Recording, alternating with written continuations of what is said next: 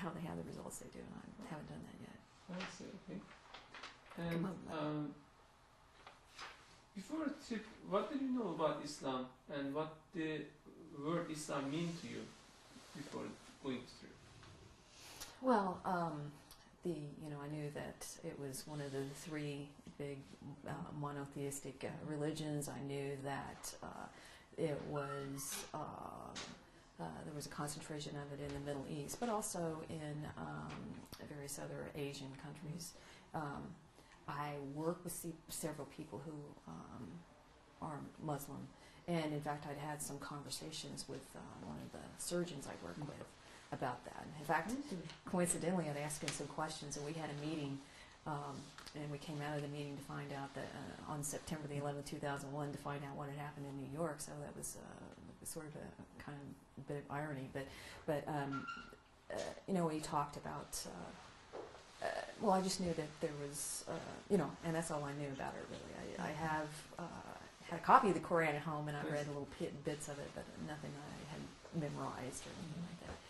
So I really didn't know a lot about it, other than the people I've met and who all seem to be nice, pleasant people. Did it help you to understand Islamic people, like Muslim people, in the sense that they are also close to you in terms of like feelings and thoughts? Did it trip? Well, again, I consider myself a pretty tolerant person, and I believe that we're all the same at heart, and that people are the same. And I work with a lot of Muslim people, and so I knew that. But the trip really helped me have more specific examples of a large, of me going from my mainly Christian area to the mainly Muslim area, and it's all the same. They all talk the same about their religion. They all talk the same about their churches and their traditions, and it's all the same. It's just, you can just put in the different names of the faith, and it'd be, everything else would be the same, the feeling and everything. So it just made a more vivid picture for me. Okay. And how did you feel when you heard the azan calling to prayer, or when you saw people praying in mosques? Did they remind you anything particular? Well, the call to prayer was very beautiful, and it was a reminder all the time of where we were and what was going on and what we were doing there, and as far as seeing the people pray, it just, I don't know that it reminded me of anything, because I don't know that Christian people exactly pray in public a lot. And and they were not exactly praying in public either, except on some Fridays in some areas, but in the mosque, it just, it was a group experience. I guess something like the Christian church, but not really. So I don't know what that answers. And as you know, there were an unfortunate caricature published of Prophet Muhammad in Danish newspapers, and then Francois in a French newspaper. What is your reaction about that? Well, I think that as we said, people are the same all over, and there are people who make poor choices all over the world, and I think it was unkind isn't quite the word, but it was certainly not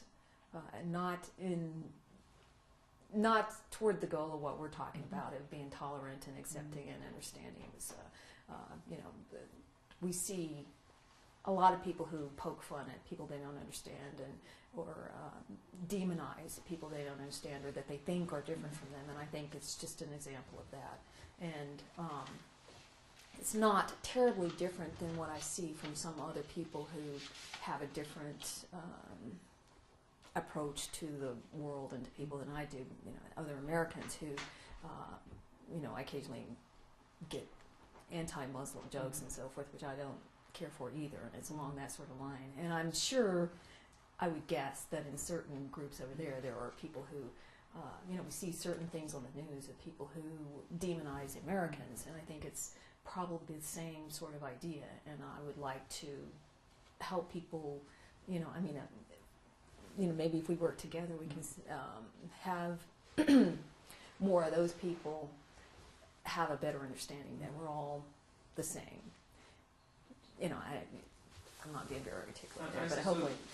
So do you think that the poor choice of publishing these caricatures widens the gap between these people? Right. I don't know what to do about it exactly, because I believe in free speech and all of that, and I think if people feel that way, it's best to know that so that we can have the dialogue and talk about it and help people understand that. Maybe, why that's a poor choice. Maybe we foster our interfaith dialogue. Is this what you think? Right. I think that it'll flame more people who feel like we do to, reach out to each other. And so, maybe it's a bad thing that will have good results. I hope. Yes, okay. Is there anything that you want to share with us beyond these questions? Well, I'm sure there is. There's just, at the last session when we talked about what we talked about, there was just so much, and it was just a very generous gesture to invite all of us, and specifically me, to come, and it was a wonderful experience. I saw so many things and had so many experiences, I can't even begin to list them all. And I don't know how it's all going to come together in my mind or my experience or what me telling other people is going to do, but I hope that we can keep it going and spread goodwill and understanding in ever widening circles. So Okay. okay. Thank you very much.